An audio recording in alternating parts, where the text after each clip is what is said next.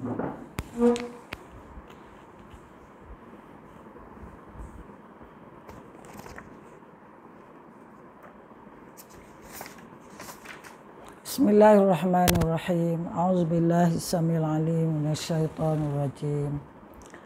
Bismillahirrahmanirrahim. Assalamualaikum warahmatullahi wabarakatuh. Alhamdulillahi rabbil alamin, hamdan syakirin wal aqibatu lil muttaqin. Wassalatu wassalamu ala rasulina Muhammad wa ala alihi wa sahbihi ajma'in. Subhanaka la ilma lana illa ma 'allamtana innaka antal alimul hakim. Rabbi shrah li sadri wa yassir li amri wahlul 'uqdatam min lisani yafqahu qawli. Rabbana yassir wa la tu'assir. Rabbana tammim bil khair. Wa la haula wa la quwata illa billahil aliyyil azim. Amma ba'd. Alhamdulillah, kita bersyukur pada Allah Subhanahu wa taala kerana pada petang ini kita dapat meneruskan lagi perbincangan mengenai Asmaul Husna, iaitu pada petang ini kita akan lihat ialah As-Samad. As-Samad yang maha sempurna, bergantung padanya seluruh makhluk. Maknanya yang maha sempurna bergantung padanya seluruh makhluk. Nama Allah As-Samad terdapat dalam surah Al-Ikhlas. A'udzubillahi minasyaitonirrajim. Bismillahirrahmanirrahim. Qul huwallahu ahad, Allahus samad, lam yalid wa lam yulad wa lam yakul lahu kufuwan ahad. Katakanlah, dialah Allah yang Maha Esa. Allah adalah Tuhan yang bergantung kepadanya segala sesuatu. Dia tidak beranak dan tidak pula diperanakkan, dan tidak ada seorang pun yang setara dengan dia. Jadi inilah surah yang agung, ya, surah yang agung di dalam Al-Quran yang pernah diberitahu oleh Rasulullah SAW bahawa ia setara dengan sepertiga Al-Quran. Dan apakah makna As-Samad? As-Samad bermaksud seluruh makhluk berharap kepada Allah. Manakala ketika mereka ditimpa berbagai kesusahan, keresahan, bersimpuh dan memohon padanya pada waktu mereka ditimpa bencana dan kedukaan. Yang kedua, As-Samad juga makna minta pertolongan daripada segala kesulitan, dan juga dialah Allah yang menghilangkan segala kedukaan. Dengan kesempurnaan ilmu Allah, As-Samad juga makna luasnya rahmat Allah, luasnya kelembutan serta kasih sayang Allah Subhanahu wa taala. Juga besarnya kemampuan dan kemuliaan dan kekuatannya. Disebutkan oleh Ibnu Jarir At-Tabari rahimahullah dari Ibnu Abbas radhiyallahu anhuma bahawa dia mengatakan As-Samad adalah As-Sayyi atau Tuan Penghulu yang sempurna kemuliaannya, yang maha kaya, yang maha sempurna, yang maha perkasa. Jadi As-Samad ini adalah terhimpun dalamnya segala sifat kesempurnaan, kemuliaan. Bukan sahaja pelindung, bukan sahaja menghilangkan duka, memberi pertolongan, tetapi juga ia terhimpun semuanya, banyak kemuliaan di dalamnya. Iaitu di sini Allah lah maha mulia, maha bijaksana, maha lembut, maha sempurna ilmunya, maha mulia dan maha kuat. As-Samad ini zat yang tidak disebut As-Samad ini adalah zat menjadi tempat bergantung semua makhluk. Dan As-Samad juga di mana Allah Subhanahu wa taala yang maha menolong, tempat bergantung dan juga tempat manusia memohon pertolongan. Baiklah sahabat-sahabat semua, kita akan lihat bagaimana kesan daripada penghayatan seorang Muslim kepada As-Samad. Asma'ullah As-Samad, di mana As-Samad disebut di sini dituju dalam semua pengharapan, diminta bantuan dalam setiap musibah, yang diminta tolong dalam setiap bencana.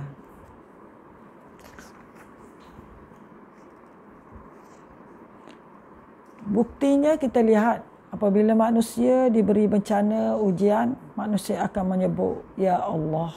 Contoh di lautan, bila nak tenggelam dengan ombaknya, orang akan sebut Ya Allah. Di udara begitu juga. Kapal terbang yang kita dinaiki, apabila dia dah mengalami masalah ribut sebagainya, masalah apa tu, kerosakan dan sebagainya, semua menyebut Ya Allah. Begitu juga di hospital, pesakit-pesakit kritikal akan menyebut Ya Allah. Maknanya mereka dah tujukan, juruskan ya permintaan mereka hanya pada Allah. Sebab Allah itu Maha Perkasa, Maha Baik, Maha Sempurna, Maha Kasih Sayang. Dan Allah lah yang akan mengeluarkan manusia daripada kesusahan kepada kesenangan. Baik.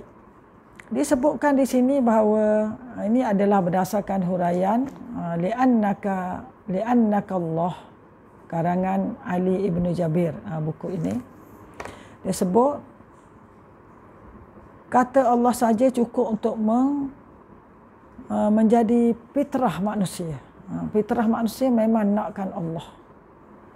Sebab itu walaupun seorang kafir sekalipun, memang dalam dirinya nakkan Allah. Sebab itu bila dia terdesak, dia akan sebut Allah, bermakna dirinya ada Allah. Cuma dia ego, dia tak terima kewujudan dan tak beriman pada Allah Subhanahu Wa Taala.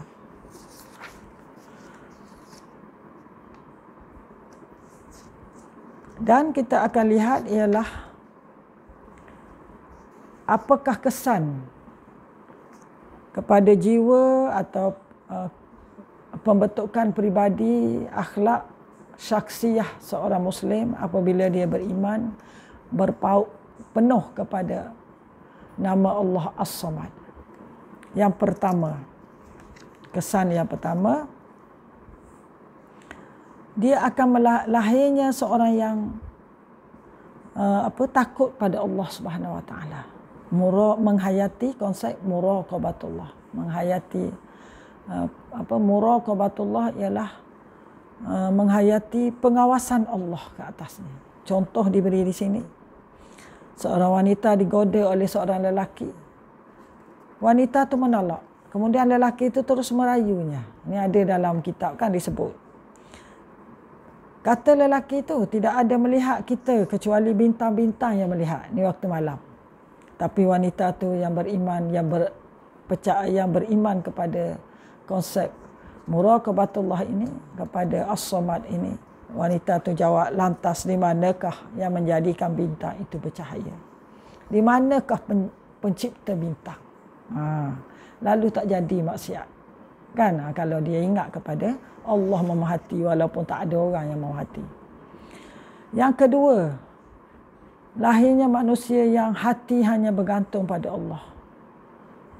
Dia tahu bahawa Allah mengawasinya, maka dia berpegang teguh kepada Allah Subhanahu Wa Taala. Sebab itu apabila susah, dia mohon pada Allah, bukan kepada makhluk. Lahirnya konsep manusia yang benar-benar beriman kepada Allah Subhanahu Wa Taala, yang padanya dia beribadah sepenuhnya kepada Allah. Ya, berpegang, dan lahirnya sifat ikhlas. Yang kedua ni, ya, berpegang kepadanya dan lahirnya sifat ikhlas dalam ibadah. Kerana ibadah yang dibuat itu ditujukan pada Allah. Dia bersifat tunduk pada Allah dan berpegang padanya dan tidak berlindung kecuali pada Allah Subhanahu Wa Taala. Jadi lahir sifat ikhlas. Dia tahu Allah melihatnya dan tempat perlindungannya hanya kepada Allah Subhanahu Wa Taala. Yang ketiga, iaitu melahirkan manusia yang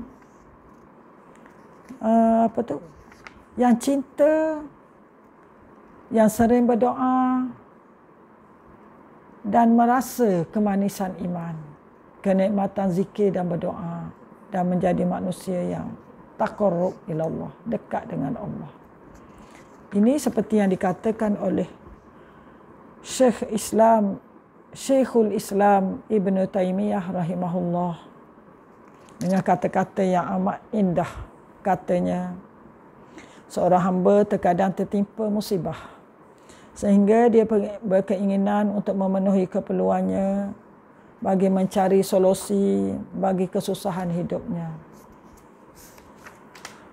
Kemudian dia berusaha dengan cara berdoa dan meminta sungguh-sungguh pada Allah.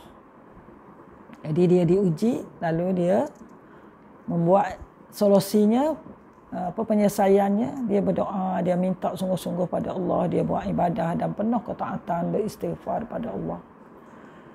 Awal tujuannya adalah untuk dapat dunia, nak rezeki, nak pertolongan, nak kesihatan bagi sakit. Dengan dia berdoa tu, kan, dengan berdoa tu dia nak rezeki, dia nak pertolongan dan dia nak kesihatan bagi orang yang sakit, bagi yang ditimpa kehilangan harta, nak rezeki. Tetapi kemudian situasi ini berubah,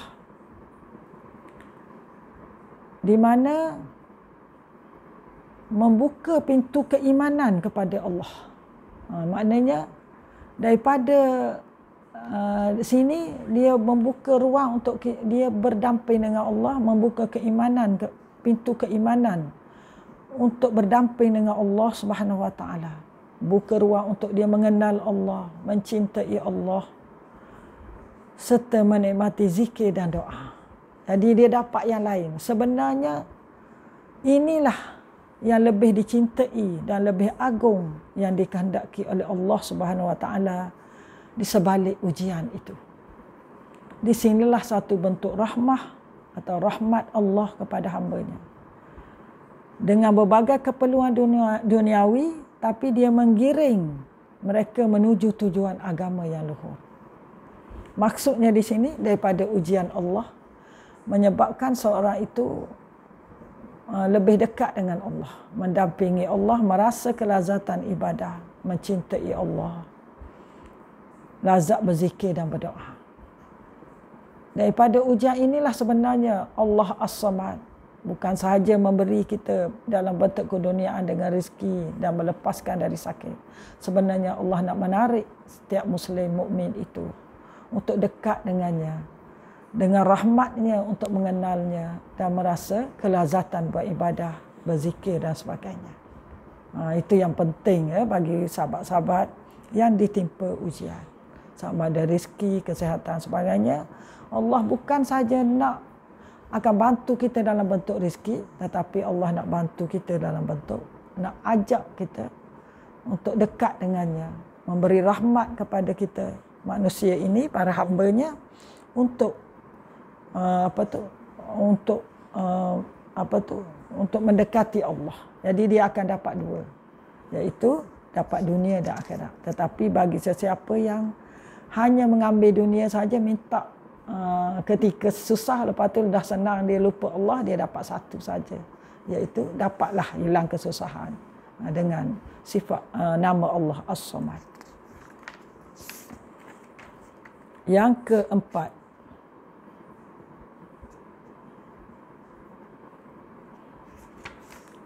yang ke berapa tadi kelima.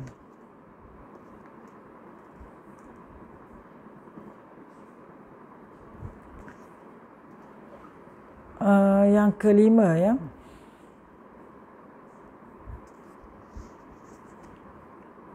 Yang kelima dengan As-Samad, penghayatan, kepahaman, kemantapan dengan makna As-Samad, Allah, Asma'ullah As-Samad. Dia mengarahkan kompas hati kita kepada Allah, kepadanya, kemudian berjalan menuju kepadanya meskipun dengan merangkak atau sebagainya.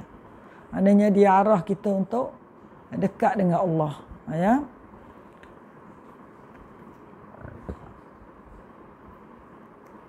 Dengan kita minta pada Allah, Allah akan beri kita lebih daripada itu.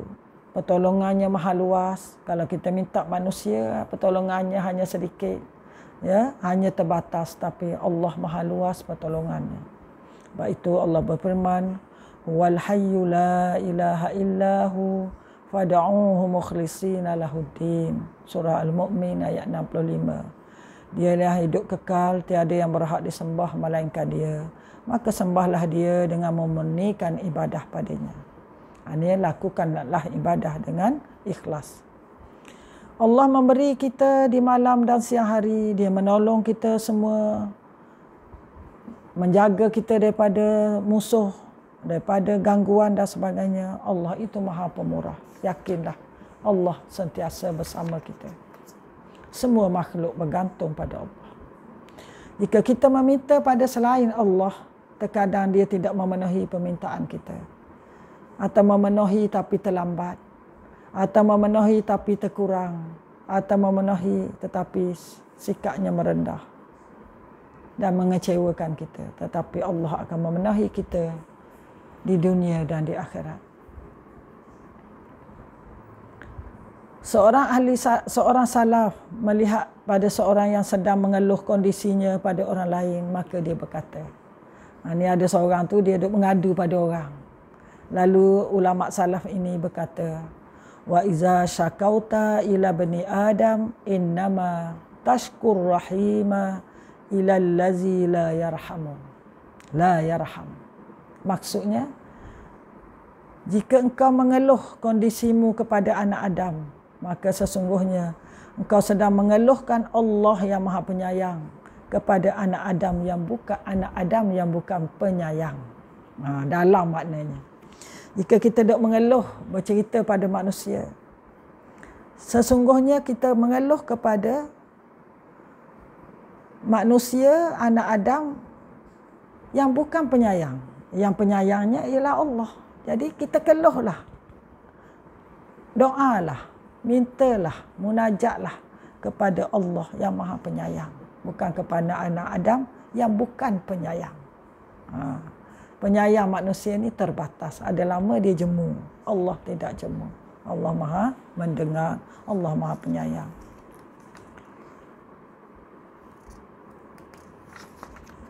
Jadi disuruh kita sentiasa berdoa pada Allah. Iza sa'alta fas'alillah, kata Nabi SAW sabda kepada Ibnu Abbas. Iza sa'alta fas'alillah, jika kamu minta maka mintalah pada Allah. Jadi kalau kita nak minta, mintalah pada Allah. Minta pada Allah dahulu, baru kita berikhtiar dengan manusia. Bulatkan permohonan kita pada Allah. Imam Al-Ghazali rahimahullah mengatakan, kosongkan hatimu dari selainnya, kemudian berdoalah padanya dengan namanya yang mana pun. Nescaya dia akan mengabulkan permintaanmu.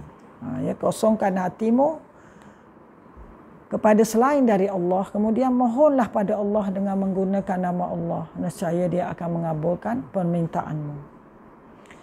Inilah erti dan makna as-samad. Jadi hanya ada Allah dalam hati anda. Kemudian diucapkan apapun dia redha, nescaya akan menjadi warna ilahi dan corak Rabbani.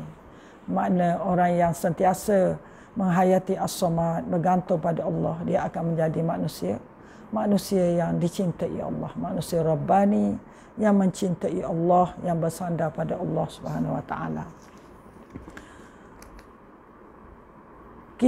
Anda memiliki Rabb, bergantunglah pada Rabb. Ibnu Abbas telah disebutkan di atas, Rasulullah sallallahu alaihi wasallam bersabda, ihfazillah yahfazka, ihfazillah tajidhu tujahaka. Jagalah Allah, nescaya dia akan menjagamu. Jagalah Allah, nescaya kamu akan mendapatinya di hadapanmu.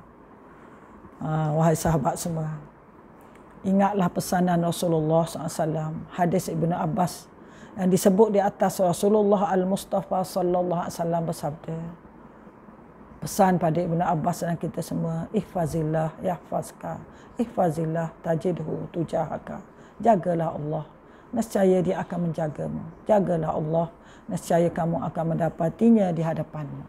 Jaga Allah maknanya kita pelihara syariat Allah, beriman, taat pada Allah. Nescaya Allah akan mendapatinya. Allah akan melindungi kita, menjaga kita, menolong kita di mana saja kita berada.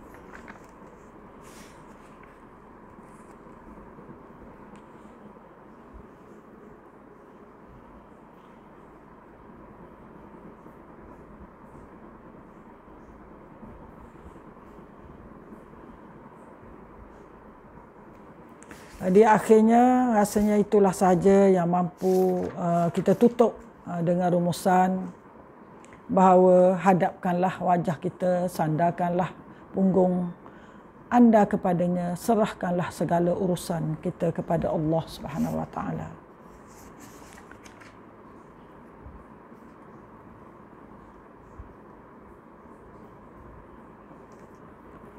Dan kita ingat pesanan ini daripada buku ini, li'annaka Allah. Lihatlah ke arah mana pun yang anda mahu, akan tetapi upayakanlah selalu mata hati anda hanya melihat keagungan Allah. Berbicaralah apa pun yang anda mahu, tetapi upayakan lisan hati anda mengucap zikir padanya. Banyakkan zikir. Kedua, dengarkan baik-baik semua suara, tetapi berusahalah agar pendengaran hati anda memahami kalamnya. Boleh dengar semua suara, tetapi berusahalah agar pendengaran hati anda memahami ayat-ayat Allah, iaitu Al-Quran. Ketiga, berjalanlah ke mana pun anda suka, tetapi jadikanlah akhir dari jejak hati anda kepada Arash Al-Malik, kepada Allah Subhanahu Wa Taala. Bergantunglah padanya dengan segenap hati, jiwa, fikiran, tubuh, keinginan dan impian. Saat anda memegang pena, maka bertanyalah, apakah dia yang maha suci redha dengan apa yang akan aku tulis di kertas ini? Ya, adakah Allah redha dengan apa yang kita tulis? Apakah Allah redha dengan apa yang kita tulis dalam medsos semua tu? Kan, dalam WhatsApp ke, dalam FB ke, dalam apa lagi ya, Insta dan sebagainya. Adakah Allah redha? Kalau kita ingat begitu, semua dunia akan selamat. Kerana Allah Maha melihat. Apakah saat anda mengucap kalimah, maka tanyakanlah. Saat kita bercakap, kita tanyakanlah, apakah aku akan mengucap sesuatu yang Allah redha? Ya, adakah aku akan mengucap apa yang Allah Subhanahu Wa Taala redha padaku? Saat berhenti di satu tempat, maka tanyakan, apakah posisi di sini disukai atau tidak disukai oleh Allah. Buatlah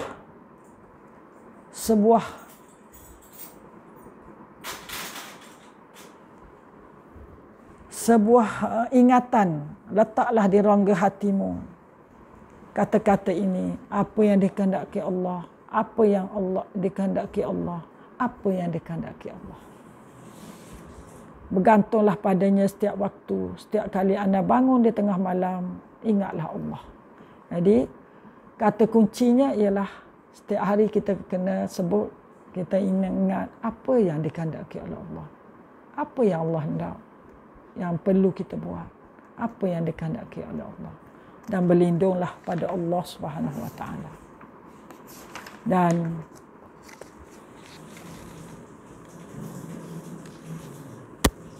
di sinilah perlunya kita kepada akhir sekali ialah beriman kepada asma Allah As-Samad.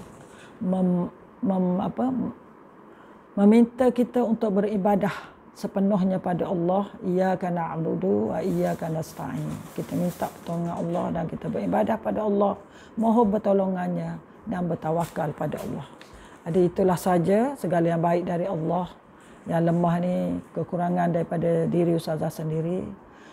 Kita tutup dengan tasbih kafarah. Subhanakallahumma wa bihamdika asyhadu an la ilaha anta wa astaghfiruka wa atubu ilaik. Wa sallallahu ala sayidina Muhammad wa ala alihi wa sahbihi ajma'in. Aqulu qawli hadza wa astaghfirullaha li wa lakum. Wassalamu alaikum warahmatullahi wabarakatuh.